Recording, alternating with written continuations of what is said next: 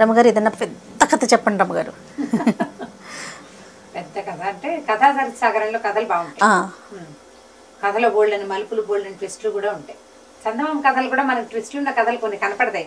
కాకపోతే అవి 3 వారాలు 5 వారాలు అలా చెప్పాలి. మనం ఇంకా దాని మీద డిసైడ్ అవ్వలేదు. ఇప్పుడు మనం ఉపకోస, కీర్తిసేన కథ అవన్నీ ఇందులో ఇచ్చే కథా సాగరంలో రకరకాల కథలు ఉంటాయి. పెద్దగా పేర్లన్నీ గుర్తులేవు, కొన్ని గుర్తున్న పేర్ల వరకు చెప్తాను. ఇక రాజుగారు రాణిగారు అని చెప్పాల్సింది అంతే. ఒక రాజుగారికి 100 మంది భార్యలు ఉన్నారట. అయితే సంతానం కలగల, సంతానం లేదు. సంతానం లేనప్పుడు లేదు, ఇక పిల్లలు పుట్టేలాగా లేరనుకుంటున్నాడు. ఆయనకి ఈ రాణుల్లో చివరి ఆవిడంటే చాలా ప్రీతట. 100వ నెంబర్ అంటేనా? 100వ నెంబర్ అంటే ఆవిడ చాలా బుద్ధిమంతురాలు. ఇప్పుడు ఓ 10 మంది పిల్లలు ఉన్నారు, ఓ పిల్లాడంటే ప్రీతి అనగానే వాడు పార్షియాలిటీ లాగా కనపడుతుంది మనకి. భార్యల్లో ఒక ఆవిడంటే ప్రీతి అంటే ఒకటి ఆవిడ అందంగా ఉండుండొచ్చు, లేదా రాజుకి నచ్చే రకపు ధోరణి ఆవిడలో ఉండుండొచ్చు. పాపం భార్యలు అంటే బయట నుంచి వస్తారు కదా, అందరూ ఎవరి దారిని వాళ్ళు ఉంటారు, ఎవరి ధోరణిలో వాళ్ళు. ఈయనకి నచ్చే ధోరణి ఏదో ఉంది, నచ్చే రకపు ధోరణి, నచ్చే రకపు మాట తీరు, సౌందర్యం. ఫలానా పెద్ద కళ్ళు, ఫలానా అదేదో ముక్కు, చంద్రబింబం లాంటి మొహం, చారెడు చెంపకి చారెడు కళ్ళు, పారెడు జడ, ఇవన్నీ ఉంటాయి ఒక్కొక్కరికి ఒక్కోటి. ఈ రాజుగారికి ఏవో ఉన్నాయి కొన్ని, ఆ ఉన్నవన్నీ ఈవిడకున్నాయి. చివరి భార్యకి ఆవిడంటే చాలా ప్రీతి. అయితే ఏమైందట, సంతానం లేదు. ఈయన ఆ స్వామీజీకి ఈ స్వామీజీ కోసం వెళ్ళేవాడు. అయితే ఏమైందట, ఒకసారి ఎక్కడో అడవికి వెళ్ళి అంటే వేటకెళ్ళి ఆయన తిరిగి వస్తుంటే ఒక ముని కనిపించాడు. నాకు సంతానం లేదు, 100 మంది భార్యలు ఉన్నారు కానీ అని చెప్పేసరికి ఆయన ఏం చేసేట, ఓ బ్రహ్మాండమైన మేకను ఒకదాన్ని ఇచ్చేట, బలంగా పుష్టిగా. ఈ మేకనిచ్చి, అబ్బాయి ఈ మేకను తీసుకెళ్ళి ఈ మేకతోటి ఒక రసకం అంటే సూప్ తయారు చేయించు, మేక సూపు. ఆ సూపుని నీ రసకము అంటారు తెలుగులో. సంస్కృతంలో ఏం పేరుందో అందులో రసకం అనే ఉంది. ఆ పేరు విచిత్రంగా ఉండేసరికి అది గుర్తుందనమాట. ఎప్పుడో చదివాను, చాలా రోజులైంది. నేను ఇంకా మీరు రసకము అనేసరికి సంస్కృతం వర్డ్ అనుకున్నాను. తెలుగులో అలా అంటున్నారు. రసకం బహుశా సూప్ అవుతుందని నేను భావిస్తున్నాను. దాన్ని సూప్ చేయించి చక్కగా మంచిగా అన్ని అంటే హెర్బ్స్ అని వేసి, పుదీనాలు అవి ఇవి వేస్తారు కదా సూపులు చేయడానికి, అది వేసి నీ భార్యలకి ఇవ్వు, తప్పకుండా సంతానం కలుగుతుంది అని చెప్పాడు. ఏదో మంత్రించిన మేక. ఈయన మేకని పట్టుకొచ్చాడు. రాజుగారు మేకని తింటారా లాంటి ప్రశ్న లేకండి, కథలో అలా ఉంది అంతే. తింటారు రాజులు, క్షత్రియులు మాంసాహార భోజనం వాళ్ళకి నిషిద్ధం కాదు. అక్కడి నుంచి ఏమైందట, రాజుకి పూజ చేసుకోమన్నాడు. రాజుకి ఒక పూజ కూడా చెప్పాడు, ఫలానా ఒక పూజ చేయమన్నాడు. ఈయన పూజ చేసుకునే టైంలో ఈ 100 భార్యలు తమకు సంతానం కలుగుతుందని ఆనందంగా ఒక చోట కూర్చున్నారు. ఈ చిన్న ఆవిడ మాత్రం పోయి రాజుగారు పూజ చేసుకుంటుంటే ఆయన దగ్గర కూర్చుంది. ఈ లోపల ఈ పూజ, ఈ హోమం, ఈ తతంగం చాలా అయ్యే లోపల ఈ బ్రాహ్మడు, ఈ పండితుడు ఎవరైతే ఈ పూజ చేయించి రసకం కూడా చేయించాల్సిన ఆయుర్వేద వైద్యుడు ఆ మేకతోటి ఆ సూప్ చేయించేసి ఆ సూపును ఒక బౌల్ తోటి తీసుకెళ్లి ఆ 100 మంది భార్యలు కూర్చున్న ఒక ఇది ఉంది కదా ఆస్థాన మండపం, అక్కడికి తీసుకెళ్లి కప్పులో పోసేసి తలా కాస్త ఇచ్చేసాడు. ఈమెకి ఇక్కడే ఉండిపోయింది. వాళ్ళంతా అక్కడే ఉన్నారు. ఇవంతా ఆయన ఎక్కడ లెక్కెట్టుకుంటాడు, రాణి గారులంతా అక్కడ ఉన్నారు అనుకున్నాడు. వాళ్ళందరూ సూపు చేసుకున్నారు. పూజ చేసుకున్నాక రాజుగారు ఏది సూపు అని వచ్చేసరికల్లా మేమంతా తాగేసామన్నారు వీళ్ళు. గిన్నెలో ఏమీ లేదు. ఆఖరి రాణిగారు బిక్కమొహం వేసుకుని రాజుగారి వెనకాల నిలబడి, ఇప్పుడు ఎట్లా, అయ్యో నేను అసలు నా ఈవిడంటే పంచప్రాణాలు, ఈవిడ కోసమే సంతానం కావాలని నేను కోరుకున్నాను, ఈవిడిని వదిలిపెట్టి మిగిలిన వాళ్ళందరికీ ఇచ్చారు, వీడి దుంపల దగ్గర ఏం చేయాలా అని ఆలోచించి ఏమన్నాడు, ఆ ఆయుర్వేద వైద్యుని అడిగాడు, అయ్యా వైద్య శిఖామణి ఏమేమి మిగిల్చారంటే, ఏం మిగలలేదు ప్రభు, చర్మం తీసి అవతల వాడసం కొమ్ములు ఉన్నాయండి అన్నాడు. అయితే ఓ పని చేయండి, ఆ కొమ్ములు నరగదీసి సూప్ చేసి ఇవ్వండి అమ్మాయికి అని చెప్పాడు. కొమ్ములు నరగదీశారు. రాజుగారు తలుచుకుంటే దెబ్బలకి ఏం కదా. సరే ఈ ప్రయత్నం చేసేసరికల్లా ఏమైంది, దాంతో కూడా ఒక చిన్న గిన్నెడు సూప్ తయారు చేశారు. అది చిన్న రాణి గారికి ఇచ్చారు. మిగిలిన వాళ్ళందరూ ముందు తీసుకున్నారు. ఈ మేకలు నరగదీసిన వ్యవహారం కొంచెం లేట్ అయింది. అందరు రాణులు గర్భవతులయ్యారు. 99 మందికి 99 మంది కొడుకులు పుట్టారు. అబ్బా! ఈ 100 ఆవిడికి వీళ్ళకంటే కొద్దిగా వెనక, వీళ్ళంతా ఒక రోజే పుట్టారు. కొంచెం అవతలగా కొన్ని రోజుల అవతల ఈవిడికి ఒక కొడుకు పుట్టాడు. వీడు మంచి బలశాలి. అయితే మేక కొమ్ముల వలన దాని రసకంతో పుట్టాడు కాబట్టి శృంగభుజుడు అని పేరు పెట్టారట. మిగిలిన పేర్లని మర్చిపోయి ఈ పేరు గుర్తుంది బాగా. ఈ పేర్లు డిఫరెంట్ గా ఉండటం తోటి శృంగభుజుడు అని పెట్టారు. పిల్లడు చక్క బుద్ధిమంతుడు, బాగుంటేవాడు. ఇప్పుడు కూడా రాజుగారికి చిన్నరాణి అంటే ఇష్టం, చిన్నరాణి కొడుకంటే ఎక్కువ ముద్దు. ఇలా నడుస్తుంటే ఏమైంది, పిల్లలు పెద్దవాళ్ళు అవుతుంటే శృంగభుజుడు మంచి ప్రతాపవంతుడుగా తయారవుతుంటే మిగిలిన రాణులు ఏమనుకున్నారంటే, ఈయన 99 మందికి పుడతారులే పిల్లలు, ఈ ఒకదానికి పుట్టపోతే పోయింది, ఏం పోయింది, దాన్ని వెంటేసుకుని తిరుగుదామని అనుకోకుండా ఆవిడకి కూడా సంతానం ఎక్స్పెక్ట్ చేశాడు. దానికోసం ప్రత్యేకంగా తయారు చేయించాడు. పోనీ మేక వల్ల వీళ్ళు పుట్టారు, శృంగాల వల్ల కూడా పుట్టాడు వాడేమో బలశాలిగా ఉన్నాడు. కాబట్టి ఎలాగైనా సరే ముందు రాణి గారి మీద రాజుకే ఇష్టం కలిగించాలి, లేకపోతే ఈ 99 మందికి వీడు పోటీ అవుతాడు. ఆవిడ మనకు ఎలాగూ పోటీయే. సవతుల మత్సరం అంటే ఇలా ఒకే వ్యక్తికి 2-3 భార్యలు అంటే వాళ్ళలో వాళ్ళకి పడదు, గొడవలు వాళ్ళకి నచ్చబాటుగా ఉండదు. ఎలాగైనా ఆ కాస్త అడ్డు తొలగించేసుకుంటే వీడు మనవాడే కదా అనుకుంటారు. అంతేగాని దేనివల్ల ఆ అమ్మాయి అంటే ప్రీతి ఉందో అదేదో మనం కూడా చేద్దాం అని అనుకోరు. అది తీసేస్తే సరిపోతుంది. మానవ సహజమైన నైజాలు ఇవి. సరే ఏం చేశారు, ఈ వీళ్ళలో పెద్ద భార్య ఉంది కదా, ఆవిడ కొంచెం రాజు దగ్గర ఆవిడ కొంచెం మాట చెల్లుతుంది. ప్రీతి చిన్న భార్య అంటే ఉన్న పెద్ద భార్య మాట చెల్లుతుంది. ఒక రోజు రాత్రి ఆవిడతోటి కబుర్లు చెప్పుకోవడానికి వెళ్ళాడు రాజుగారు. ఆవిడ అంతఃపురానికి వెళ్తే ఆవిడ ఏమందంటే, ఏమండి ఈ మన చిన్నరాణి గారు అంతఃపురం కాపలాగా ఫలానా వాడు ఒకడు ఉన్నాడు కదా అంటే, అవును ఉన్నాడు, వాడు ఈ రాణి గారికి బాగా క్లోజ్ ఫ్రెండ్, అందుకనే వాడిని తీనివ్వకుండా వాడినే ఉంచుకుంటుంది, కావాలంటే కనుక్కోండి. పనిమాల ఎందుకు చెప్తారు? 99 మంది ఉంటే వాళ్ళందరి మీద చెప్పకుండా తీసుకెళ్లి చిన్నరాణి మీద ఎందుకు చెప్పింది? ఏదైనా నిజం ఉందేమో అని ఆయనకు డౌట్ వచ్చింది, అనుమానం కలిగింది. కొద్దిగా అనుమానం కలిగింది, 1% అని భయం అనిపించింది. ఇప్పుడు ఇలా చెడ్డ మాట వినంగానే అవునా అనిపిస్తుంది కదా, అలా అవునా అనిపించింది. ఏం చేశాడు, మర్నాడు అక్కడికి వెళ్ళాక ఆ అంతఃపుర కాపలాదారినాడు కదా, అతన్ని పిలిచాడు. ఏరా నాయనా, నువ్వు ఒక బ్రాహ్మణ హత్య చేసావు, బ్రహ్మహత్యా పథకం ఉంది నీకు అన్నాడు. అనేసరికి ఆయన తెల్లబోయి, నేనేమీ చేయలేదు ప్రభు, నేనే తప్పు చేయలేదు, నేను ఎవరు ఏ బ్రాహ్మణుడికి ఎక్కడా ద్రోహం చేయలేదు, నేను అంతఃపుర రక్షణ తప్పిస్తే రెండో పని చేయట్లేదు అంటాడు. కాదు నువ్వు ఒక తప్పు చేసావు, నాకు తెలిసింది ఒప్పుకోమంటాడు రాజు. నేనే తప్పు చేయలేదంటాడు వాడు. వాదోపవాదాలు జరిగినాయి.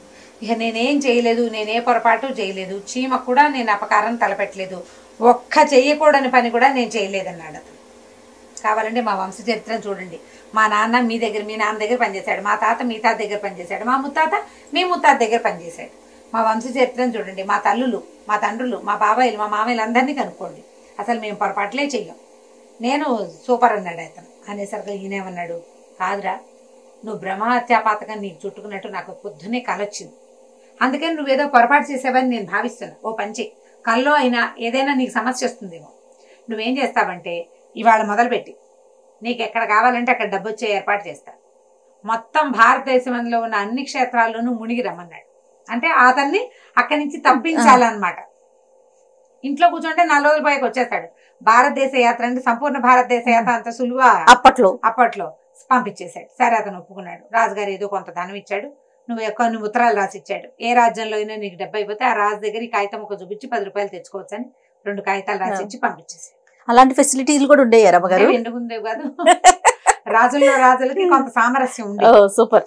సరే ఏటీఎం లేవు ఇప్పుడు, అలాగా ఉన్నాయి కదా, బాగుంది. అక్కడి నుంచి రాణి గారి దగ్గరికి వెళ్ళాడు. రాణి గారి దగ్గరికి వెళ్ళేసరికి రాణి గారితో అన్నాడు, నాకు చాలా పెద్ద సమస్యల్లో చిక్కుకున్నాను నేను, అయితే నేను మనకు సంతానం కలగడానికి మేకనిచ్చాడే యోగి ఇంకోడు ఆయన కబురు చేస్తే, ఆయన నీ రాణుల్లో నీకు అత్యంత ప్రీతిపాత్రమైన ఆవిడ్ని ఎక్కడైనా దాచేసామన్నాడు, భూగృహంలో పాత పెట్టించమన్నాడు. ఏం చేయాలో తెలియట్లేదంటే రాణి ఈవిడేమంది, ఆఖరి రాణి, అయ్యో ప్రభు నేనంటేనే కదా మీకు పంచప్రాణాలు, మీకు సమస్య వస్తుంటే భూగృహంలో అండి పాతాళంలో పాతేయండి నన్ను, మీకు అనారోగ్యం రాకూడదు, మీరు హాయిగా 10 ఏళ్ళు పచ్చగా ఉండాలి, 100 ఏళ్ళు మీరు ధైర్యంగా హాయిగా ఉండండి, నన్ను భూగృహంలో పెట్టించండి, చంపేయమని మునీశ్వరుడు చెప్పిన చంపేయండి ఏం పర్వాలేదు, నన్ను చంపేసినా ఓకే, మీరు బాగుండటమే నాకు కావాలి. ఈయన తెలపోయాడు. వాడేమో చూస్తే నేనే పాపం చేయలేదంటాడు, ఈవిడేమో నన్ను చచ్చిపోవడానికి కూడా సిద్ధపడుతుంది. అంటే ఈ మాటలో ఏదో అబద్ధం ఉంది. కానీ ఎందుకు పుట్టింది ఈ మాట? ఏదో ఒక 1% కారణమైనా లేకుండా ఎలా పుట్టిందో ఆయనకు అర్థం కాలే. ఆవిడ ఏడ్చి శోకాలు పెట్టింది, అమ్మో నా రాజుకి ఇట్లా ఏదో సమస్య రాబోతుంది నా భర్తకి, ఆయన నా భర్త కోసం నేను ఏమైనా చేస్తానని 10 దండాలు పెట్టేసుకుంది దేవుళ్ళకి, భూగృహంలో పెట్టేయండి నన్ను, భూగృహంలో పెట్టేయండి అని బతిమిలాడింది. సరే రాజు అన్నాడు, అయితే ఓ పని చేస్తాను, నీ అంతఃపురం కిందే భూగృహం నిర్మింప చేస్తాను, నువ్వు అక్కడ ఉందిగానే. అంతఃపురంలో లోపలికి ఒక గోడౌన్ తవ్విచ్చారు. ఈవిని పట్టుకెళ్ళి అక్కడ పెట్టారు. కొడుకు ఏడ్చాడు, అయ్యో మా అమ్మ భూగృహంలో ఉంటే ఎట్లా? భూగృహంలో ఉండటం అంటే ఎవరు రారు, రోజు భోజనం వస్తుంది, భోజన పళ్ళెం పైకి వెళ్ళిపోతుంది అంతే, వాళ్ళతో కూడా మాట్లాడకూడదు. పాతాళ గృహం, రాజు రాడు, ఇంకా అక్కడికి రాడు, ఐసోలేషనే ఇంచుమించుగా. అయ్యేసరికల్లా ఏమైంది, పిల్లాడు ఏడిస్తే తండ్రి అన్నాడు, ఒరే నాయన నేను నిన్ను జాగ్రత్తగా చూసుకుంటాను, కొన్నాళ్ళ పాటు మేమని ఇక్కడే ఉండిద్దామని ఒప్పించాడు. తల్లి చెప్పింది, నాన్నగారికి ఇబ్బంది, అందుకని నేను భూగృహంలో ఉంటున్నాను, కాబట్టి నాన్న నువ్వు మాట వినాలని పిల్లాడికి నచ్చజెప్పింది. సరే పిల్లాడు పైన ఉంటున్నాడు, అంతఃపురంలో తిరుగుతున్నాడు, అన్నయ్యలతో తిరుగుతున్నాడు. ఇలా అయింది. కొన్నాళ్ళు గడిచాక వాళ్ళకి ఏమనిపించింది, తల్లి లేదు కానీ పిల్లాడు దినదిన ప్రవర్ధమానంగా పెరిగిపోతున్నాడు. ఆ తల్లిని అంత పని చేశానని రాజుగారు ఇంకా ముద్దుగా చూస్తున్నాడు ఈ పిల్లాడిని.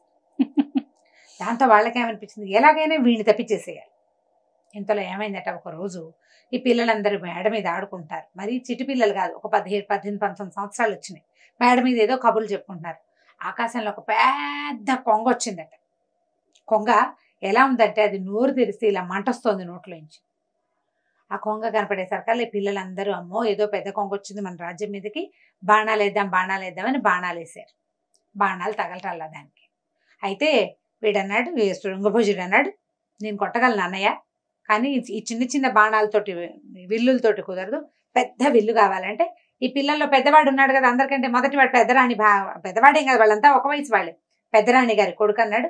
అయితే ఓ పని చేస్తాను, నాన్నగారిది బంగారు విల్లు, బంగారు ఇవి ఉన్నాయి, ధనుసు బాణాలు ఉన్నాయి, ధనుర్బాణాలు బంగారంవి, అవి పట్టుకొస్తా, కొట్టు అని చెప్పి ఏం చేశాడు, పరిగెత్తుకుంటూ వెళ్ళి నాన్నకి చెప్పకుండానే ఆ లోపల ఉన్న ధనుర్బాణాల నుంచి తండ్రిది పెద్ద విల్లు, బ్రహ్మాండమైంది బంగారపుది విల్లు, బాణము చేతపుచ్చుకొచ్చాడు. ఒక్కటే తెచ్చాడు బాణం. ఆ తూణె మొత్తం అంతా బాక్స్ అంతా ఉంటుంది కదా, ఒక సంచి లాంటిది, ఒక దీని లాంటిది, అమ్ముల పొది పట్టుకురాల, ఒక్క బాణాన్ని పట్టుకొచ్చాడు. విల్లు అమ్ము రెండు తెచ్చాడనమాట. తెచ్చేసరికి కుర్రాడు ఏం చేశాడు, కొట్టాడు శృంగభుజుడు. నిజంగానే ఈ బాణం వెళ్ళి ఆ కొంగకి రెక్కల్లో దిగిపోయింది. దానికి నెత్తురు కారటం కూడా వీళ్ళు చూశారు. కానీ అదేం చేసింది, కేమని పెద్ద కేక పెట్టి ఎగిరి వెళ్ళిపోయింది. ఇప్పుడు గుచ్చుకుందే బాణంతో సహా వెళ్ళిపోయింది. వెళ్ళిపోయేసరికల్లా ఈ పిల్లాడు అన్నాడు, పెద్దవాడు, ఊరిని ఏం కొట్టావురా, దాన్ని పడేయలేదు, అదేమో బాణం పుచ్చుకుని వెళ్ళిపోయింది, ఇప్పుడు నాన్నగారు చంపేస్తారు, బాణం తీసుకొచ్చి మాట్లాడు నువ్వు.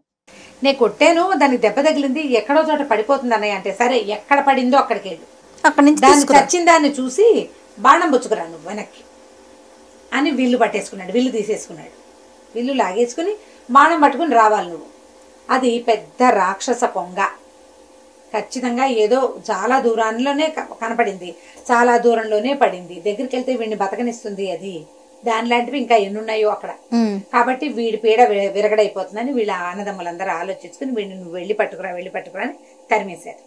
కుర్రాడు ఏం చేస్తాడు, మరి ఏం చేస్తాడు, నాన్నది తను తీయకూడదు, వీడు తెచ్చిచ్చాడు, పర్మిషన్ అడిగి చెయ్యాలి, పర్మిషన్ అడగలేదు, కాబట్టి బాణం తేవాల్సిందే. పైగా నేను కొట్టాను ఒక కొంగని, అది చచ్చిందో లేదో నేను చూడాలి కదా అని అనుకుని సరే ఏం చేశాడు, దిగి నడుచుకుంటూ పోయాడు. పిల్లాడు నడిచి వెళ్తుంటే వాళ్ళ అమ్మ ఉందనుకో, అయ్యో దారిలో తినడానికి తిండని, వేసుకోవడానికి బట్టలని, గుర్రం కావాలని, సైనికులు కావాలని చేసేది. తల్లేది, తల్లి తోడు అన్నారు. తల్లి తోడు లేకపోతే ఎవరు చూస్తారా పిల్లాడిని? అందరూ వాళ్ళ పిల్లాడు కాదు కాబట్టి ఎవరి దారిని వాళ్ళు ఊరుకున్నారు. పిల్లవాడు ఒట్టి కాళ్ళతోటే కుర్రాడు నడిచి వెళ్ళిపోయాడు. నడిచాడు, ఆ అడవి వైపు నడవటం మొదలు పెట్టాడు. ఇక నడిచాడు నడవగా చివరికి ఒక పెద్ద అడవిలోకి చేరాడు. ఆ అడవికి పై భాగాన అంటే చెట్లు, ఎర్ర పువ్వులు అవి కనపడుతున్నాయి. వీళ్ళకి దూరంగా కనపడినవి అవే. అక్కడే పడింది కొంగ, ఆ అడవిలోనే. వెళ్ళేసరికల్లా అక్కడ ఒక చక్కటి చుక్క లాంటి ఒక అందమైన అమ్మాయి కనపడిందట. ఆ పిల్లకి వీడిని చూసేసరికల్లా వీడు బాగా నచ్చాడు. ఆ అమ్మాయింది, నువ్వెవరు ఏమిటి అంటే, నేను ఫలానా రాజుగారి అబ్బాయిని, ఇక్కడి నుంచి ఈశాన్యంగా మా ఊరుంది, ముందు ఒక పెద్ద కొంగ కనపడింది, మా అన్నదమ్ములంతా వేశారు, బాణం తగలేదు, మా నాన్నగారి బంగారు బాణంతో నేను కొడితే దానికి తగిలింది, అది అత్త పడిపోయింది, బాణం మా నాన్నది, నేను వెనక్కి అప్పచెప్పాలి, అది చచ్చిందో లేదో చూడడానికి వచ్చాను అన్నాడు. అనేసరికల్లా ఈ అమ్మాయింది, నేను ఆ బాణం తగిలిన కొంగ ఉంది చూసారు, అది కొంగ కాదు, అగ్నిశిఖుడు అనే ఒక రాక్షసుడు. అతను ఇట్లా కొంగ రూపంలో విహరిస్తాడు. తను ఎక్కడెక్కడ దాకా ఎగరగలిగాడో ఆ ప్రాంతాన్ని అంతా తను సొంతం చేసుకుంటాడు. ఇప్పుడు ఈ అడవి ఇది వరకు మీ కిందే ఉండేది, ఇప్పుడు మా నాన్న ఏలుబడిలోకి వచ్చేసింది. నిప్పులు వెదజల్లుతాడు నోటితో. నేను అతని కూతుర్ని ఆ బంగారు బాణాన్ని ఇంటికి పట్టుకెళ్ళిపోయాడు మా నాన్న. తనకు తగిలిన బాణాన్ని. మా దగ్గర బోల్డని మందులు ఉంటాయి, ఆ ఆకుపసర్లు కనుక వేస్తే ఆటోమేటిక్గా హీల్ అయిపోతుంది. హీల్ అయిపోయింది మా నాన్నకి నొప్పి అని చెప్పింది. చెప్పేసరికల్లా అయ్యో ఇప్పుడు నాకు ఆ బాణం కావాలి ఎలాగా అన్నాడు. అయితే ఓ పని చెయ్యి, నువ్వు నాకు బాగా నచ్చావు, నువ్వు నన్ను పెళ్లి చేసుకుంటావా మరి అని అడిగింది. ఈ కుర్రాడికి అమ్మాయి అయితే బాగుంది, ఎవరో ఒకళ్ళు రాజకన్యని పెళ్లి చేసుకోవచ్చు, అది రాక్షసుడు కూతురా అదే ఇదే అని కాదు. ఆ అమ్మాయికి తను నచ్చాడు, తన అమ్మాయికి ఒకళ్ళకొకళ్ళు నచ్చటమే అన్నమాట ఇంపార్టెంట్. సరే పెళ్లి చేసుకుంటాను అన్నాడు. అయితే ఓ పని చెయ్యి, పద మా నాన్న దగ్గరికి తీసుకెళ్తా. అయితే మా నాన్న ఏమైనా పరీక్షలు పెడతానంటాడు, నేను చెప్పినట్టు చేస్తే నీ బాణము వస్తుంది, నేను నీతోటి వస్తానని చెప్పింది అమ్మాయి. ఇప్పుడు పాతకాలపు ఈ కథల్లో ఆడపిల్లలు ఒక కుర్రాన్నో ఒక రాజకుమార్తెనో ఒక బ్రాహ్మణ్ణో ఒక సైన్యాధ్యక్షుడినో వరిస్తే ఇక వాళ్ళకి అమ్మా నాన్న అక్కర్లా, తండ్రి పరువు మర్యాద వాటి గురించి ఆలోచించేవాళ్ళు కాదు. అలాంటి కథలు మనకి ఇందులో కనపడతాయి. అంటే అప్పటి విధానం అది ఉంది కాబోలు. వరించి వాడి వెనకాల వెళ్ళిపోవటమే, మళ్ళీ వెనకొచ్చి పుట్టింటికి వచ్చి పుట్టింట్లో నాన్న ముద్దు అమ్మ ముద్దు ఆ ధోరణి అప్పుడు లేదు. ఏమిటో మరి ఈ ఇందులో కథా సరిసాగరంలో చాలా కథలు అలాగే కనపడ, వరించి అబ్బాయితో అమ్మాయి వెళ్ళిపోవటమే కనపడుతుంది. సరే బాగానే ఉందా. ఈ అబ్బాయి ఏం చేశాడు, రాజుగారి దగ్గరికి వెళ్ళాడు. వెళ్తే ఆయన పెద్ద పర్సనాలిటీ, బ్రహ్మాండంగా ఉన్నాడు. ఆ రాజు దగ్గరకు వస్తే ఏమన్నాడు, వెళ్ళి చెప్పాడు, అయ్యా నేను ఫలానా రాజుగారి అబ్బాయిని, మీ అమ్మాయి ఫలానా అమ్మాయి, అమ్మాయి పేరు ఏం పెట్టుకుందాం, పేరు నాకు గుర్తులేదు, చిత్రసేన అని పెడదాం పోనీ, చిత్రసేన నాకు చాలా నచ్చింది, మేమిద్దరం పరస్పరం ప్రేమించుకున్నాం, మీ అమ్మాయిని నాకు ఇచ్చి పెళ్లి చేయండి అన్నాడు. అనేసరికల్లా రాజు అన్నాడు, మామూలుగా మా అమ్మాయిని వరించాను అంటే మా అమ్మాయి కూడా నచ్చితే పెళ్లిళ్ళు చేస్తాం, మా పద్ధతే అది. కానీ ఇప్పుడు నువ్వు ఇప్పుడే ఎక్కడి నుంచో వచ్చావు కదా, చక్కగా స్నానం చేసి తయారయ్యిరా, అప్పుడు మా అమ్మాయిని చూసి ఏ అమ్మాయి నీకు నచ్చితే మా అమ్మాయిని చూసి పెళ్లి చేసుకుందు కానీ అన్నాడు. అనేసరికల్లా సరే ఏం చేశాడు, స్నానానికి వెళ్ళబోయేసరికల్లా ఆ పెళ్ళి ఏం చేస్తుంది, రహస్యంగా ఇతని దగ్గరకు వచ్చి చెప్పింది, మా నాన్న మేము 100 మంది అమ్మాయిలం, అందరిని నుంచోబెట్టి ఇందులో నువ్వు ఎవరిని వర్ణించావో చెప్పమంటాడు, మేమంతా ఒకేలా ఉంటాం, నువ్వు గుర్తుపట్టలేవు, ఓ పని చెయ్యి, అందరూ హారాలు కిందకేసుకుంటారు, నేను ఆ హారాన్ని నెత్తి మీద పెట్టుకుంటాను చూడు జాగ్రత్తగా. మెడలో వేసుకునే హారం వేరు, నెత్తి మీద మొహం మీద పెట్టుకునేవి వేరు కదా. ఈ మెడలో వేసుకున్న హారాన్ని ఎవరైతే పైన పెట్టినారో అది నేను, ఆ జ్ఞాపకం పెట్టుకోమని. సరే ఈ అబ్బాయిని చక్కగా తలంటి పోసారు, ఒళ్ళు నలుగు పెట్టారు, బ్రహ్మాండంగా స్నానం చేయించారు, మంచి బట్టలు కట్టబెట్టారు, శుభ్రంగా భోజనం గీనం చేపించాక సభాభవనంలోకి తీసుకొచ్చాక రాజుగారి కూతుళ్ళందరూ నుంచున్నారు, 100 మంది అందగత్తెలు. అబ్బాయి వీళ్ళలో ఎవరిని భరించావో ఏ అమ్మాయి నీకు నచ్చిందో ఆ అమ్మాయిని దండ వేయను అని దండిచ్చారు చేతికి. ఇతను మెల్లిగా ఒక అమ్మాయిని చూసుకుంటూ వచ్చాడు. ఏ బిల్లు అయితే ఈ మెడలో వేసుకోవాల్సిన హారాన్ని మొహం మీద పెట్టుకుందో నెత్తి మీద దండేసాడు, ఇక్కడ పెట్టుకుంది అనమాట, నుదుటి మీద పెట్టుకుంది ఆభరణంగా. ఆ అమ్మాయి మెడలో దండేసేసరికి అందరు చప్పట్లు కూడా గుర్తుపెట్టాడు ఈ అబ్బాయి చిత్రసేనని గుర్తుపెట్టాడు అన్నారు. అనేసరికి గెలిచినట్టే కదా.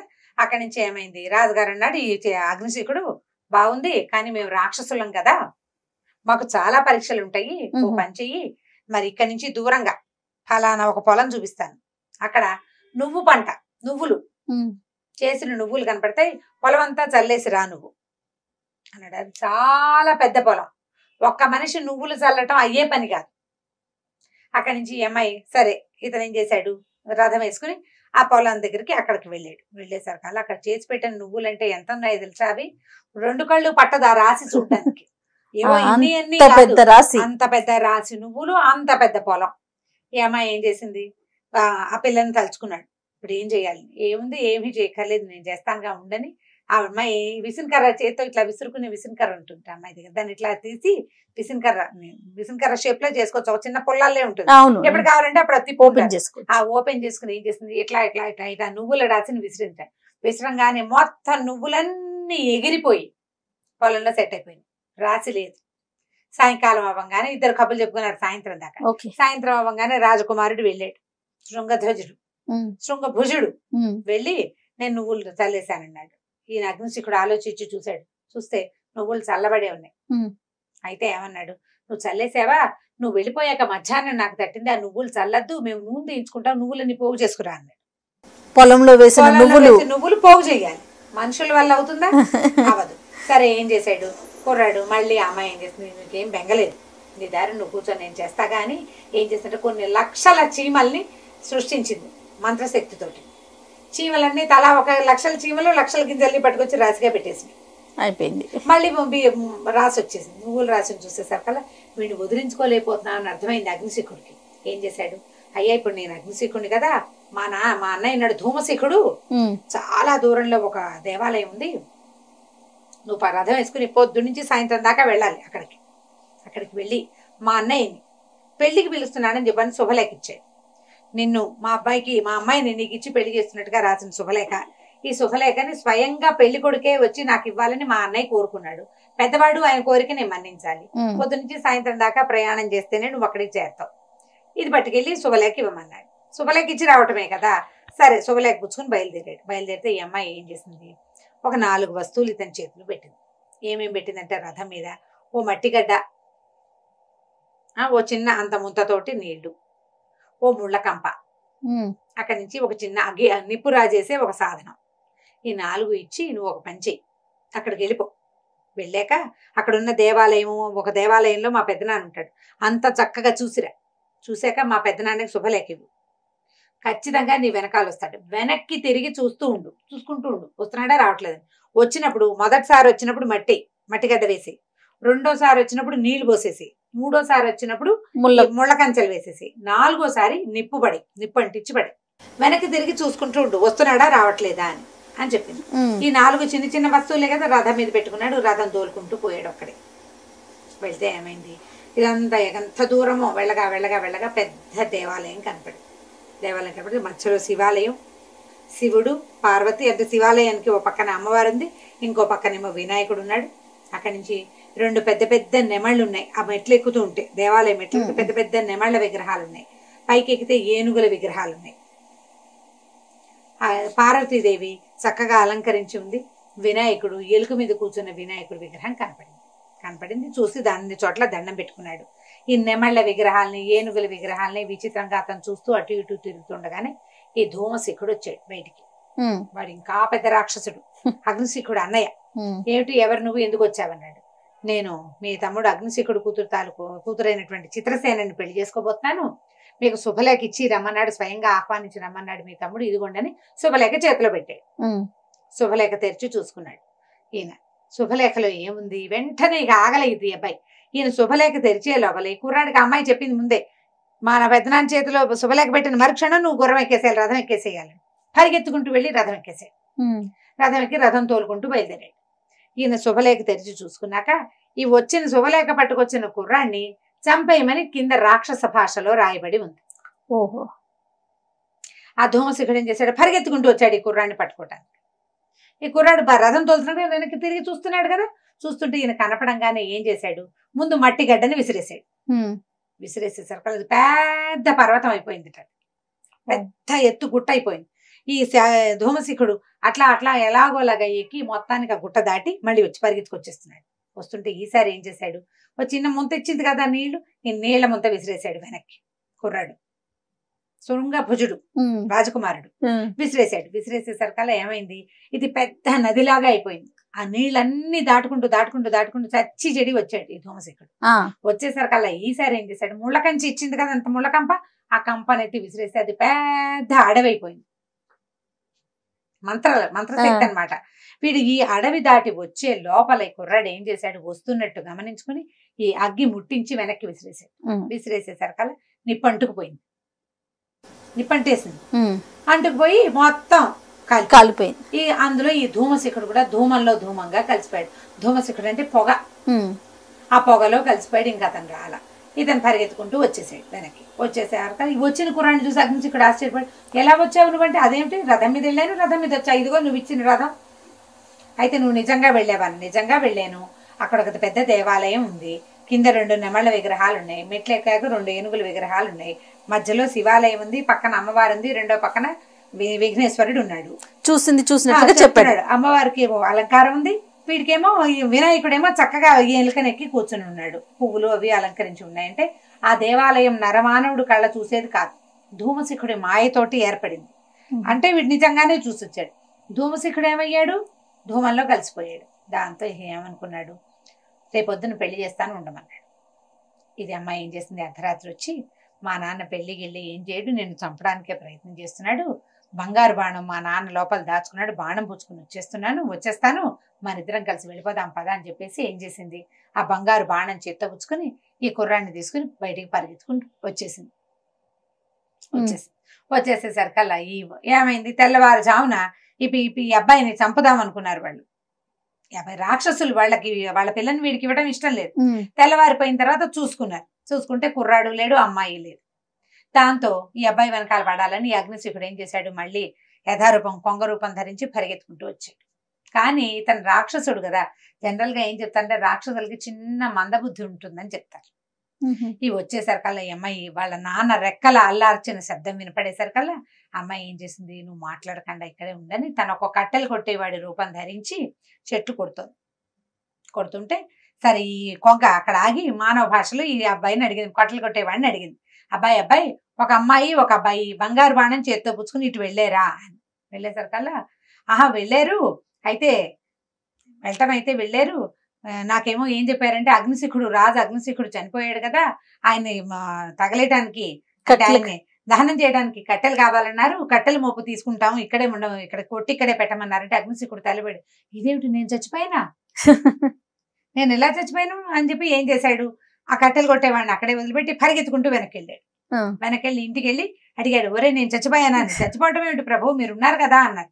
అనగానే ఓహో వీడు నన్ను మోసం చేశాడు ఎవడోనని మళ్ళీ ఎగురుకుంటూ వచ్చేసాడు కొంగలాగా. ఈ అమ్మాయి వెంటనే రూపం మార్చుకుని భర్తను తీసుకుని ఇంకా ముందుకెళ్ళిపోయింది, కుర్రాన్ని తీసుకుని ఇంకా బాగా ముందుకెళ్ళిపోయిన తర్వాత మళ్ళీ అగ్నిశిఖుడికి దొరికారు. ఈసారి ఏం చేసింది, ఈ అబ్బాయిని ఒక గాడిదలాగా మార్చేసేసి గాడిద మీద కట్టెలు మోపులుగా పెట్టి అక్కడ ఒక నువ్వు పంటుంటే నువ్వులు కోస్తుంటే అడిగాడు అగ్నిశిఖుడు, నువ్వులు కోసేవాడా, ఒక అమ్మాయి అబ్బాయి ఇటు వెళ్ళారా బంగారు బాణం చేత్తో పుచ్చుకుని అంటే, బంగారు బాణం చేత్తో పుచ్చుకుని వెళ్ళారు కానీ రాజైన అగ్నిశిఖుడు మరణించాట, ఆ అమ్మాయి అగ్నిశిఖుడు కూతురుట, ఇదిగో తగలే ఆయన దహనం చేయటానికేమో కట్టెలు ఇచ్చింది, అక్కడి నుంచేమో నువ్వు కోసిపెట్టు, నేను వాటిని నూనె తీసి మా నాన్నని దహనం చేస్తామంది, నువ్వులు తీస్తున్నాను అని అనేసరికల్లా వీడు ఇదేమిటి నేను మళ్ళీ చచ్చిపోయినా అని మళ్ళీ పరిగెత్తుకుంటూ వెనకెళ్ళేసరికల్లా ప్రజలు ఆయన సైనికులంతా నవ్వారు, అదేమిటి ప్రభు మీరు బతికే ఉన్నారు, చనిపోవటం ఏంటి, మీరు చనిపోలేదు, మిమ్మల్ని వాళ్ళు ఎవరో మోసం చేశారంటే సరే నేను బతికే ఉన్నాను అనుకుని మళ్ళీ వచ్చాడు. మళ్ళీ ముందుకు వచ్చేసరికల్లా ఇంకా బాగా ముందుకు వచ్చేసరికల్లా ఈ అమ్మాయి అడవి దాటిపోయిన తర్వాత ఈ అడవి దాటాక ఏమైంది, ఆ అమ్మాయి ఒక సాధారణ మానవ రూపం ధరించిన పిల్ల, మంచి మంత్రశక్తి కలిగింది, తండ్రిని మోసం చేయగలదు, అతనికి శక్తులు ఉన్నాయి కానీ తెలివి తక్కువ తండ్రికి. ఈ పిల్లకి పిల్ల మహా తెలివి. మా భార్య భర్త ఇద్దరంటే రాజకుమారుడు ఈ చిత్రసేన ఇద్దరు పూర్తిగా రూపాలు మారిపోయి కనపడేసరికల్లా ఏమైంది, వీళ్ళనే అడిగాడు, ఒక అమ్మాయి అబ్బాయి వెళ్తున్నారు మీరు చూసారా అని. అమ్మాయి అబ్బాయి చిత్రసేన వెళ్ళిపోయారు అగ్నిశిఖుడు ఇంటికి, వాళ్ళ నాన్నని మోసం చేశానని చిత్రసేన బాధపడుతోంది, అందుకని చెప్పి అబ్బాయి మళ్ళీ అమ్మాయిని వెనక్కి దింపడానికి వెళ్ళిపోయాడు వెనక్కి, ఇద్దరు కలిసి నడుచుకుంటూ వెళ్తున్నారు, నీకు కనపడలేదా అనేసరికల్లా ఏం చేసి అయితే నా కూతురు నా ఇంటికే చేరిపోయింది అనమాట అని చెప్పేసి ఇతను మళ్ళీ వెనక్కి వెళ్ళిపోయేసరికల్లా తెల్లవారిపోయింది కదా, చీకటి పడిపోయింది. ఇదంతా అవ్వాలి కదా ఈ ప్రయాణం, ఈ హడావిడంతా. ఈ ఇంటికి వెళ్ళేసరికల్లా అందరూ సైనికులు నవ్వారు, ఈసారి మీరు బతికే ఉన్నారు ప్రభు అనేసరికల్లా నేను బతికుండటం కాదురా, నా కూతురు ఆ కూతురుని తీసుకెళ్లిపోయిన మానవుడు ఇద్దరు తిరిగి వచ్చారంటే రాలా మోసపోయానని తెలిసాక ఏమనిపించిందంటే అతనికి, ఇక వీళ్ళని నేను పట్టుకోలేను, తన కూతురు ప్రతిభ ఇదేనా అనుకోవటంలో అతను మానవుడి ప్రతిభ అనుకుంటున్నాడు, వాడు ఎవడో మానవమైన శక్తి ఉంది వాడికి అని చెప్పేసి ఇంకా ఆయన మళ్ళీ వెళ్తే ఎన్నిసార్లు నేను వెనక్కి తిరిగి రావాలి, నాకు ఓపిక అయిపోయింది. ఈ పక్షిలాగా ఎగిరెగిరి వెళ్తున్నాడు కదా, అంతకుముందు రోజుకు ఒకసారి ఎగిరేవాడు, ఇప్పుడు 3 ట్రిప్పులు అయింది, ఊరుకున్నాడు. ఈ అమ్మాయి ఏం చేసింది, అబ్బుకన అతన్ని రాజ్యానికి తీసుకెళ్ళిపోయింది. వెళ్ళేసరికల్లా ఈ శృంగభుజుడు వాళ్ళ నాన్నకి వెళ్ళి ఈ బంగారు బాణాన్ని అప్పచెప్పేసరికల్లా ఆయన ఈ పిల్లాడు ఏమైపోయాడో తెలియటల్లా ఇన్ని రోజుల నుంచి.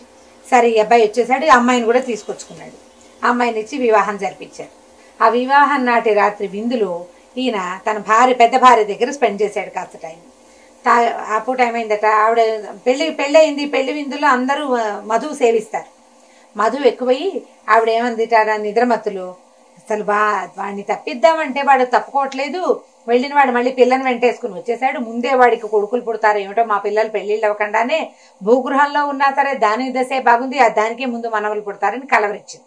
దాంతో ఈయనకి వీళ్ళు కావాలనే చేశారు అని అర్థమైంది. ఇంత అయితే కానీ ఆయనకు తెలియలేదు, అది బయటికి రావాలి. అది అసలు నిజం కాదు అనే వాక్యం ఎవరిని అడుగుతాడు? ఈయన ప్రచ్ఛన్నంగా ఎవరి మీద అయినా అడిగాడు అనుకో, అడిగితే అనవసరంగా మాటలు పెరిగిపోతాయి కదా. అవును, అడగకుండానే ఊరుకున్నాడు. సరే అక్కడి నుంచి పరిగెత్తుకుంటూ వెళ్ళి ఆ పాతాళ గృహంలో ఉన్న భార్యను పైకి తెచ్చుకున్నాడు. మర్నాడు పొద్దున శృంగభోజుడి రాజు చేస్తున్నానని ప్రకటించాడు. ప్రకటించి ఈ పెద్ద రాణి వల్ల ఈ అమ్మాయి ఇలా ఇన్ని రోజులు ఈవిడ భూగృహంలో ఉండవలసి వచ్చిందని చెప్పేసి ప్రజల ముందు ప్రకటించేశారు కదా. అందరూ ఏడ్చి శోకాలు పెట్టారు. వాళ్ళందరినీ ఊళ్ళోంచి వెళ్ళిపోమన్నాడు రాజు. కానీ చిన్నరాణి గారు ఒప్పుకోలే. సవతుల్లో మత్సరం ఉండటం లోక సహజం, ఇది లోక సహజమైంది. వీళ్ళు ఎవ్వరూ లేకుండా ఈ అంతఃపురంలో నేను ఒకదాన్నే ఏముంటాను, 100 మంది ఉండే అంతఃపురంలో ఒకళ్ళు ఉండగలరా?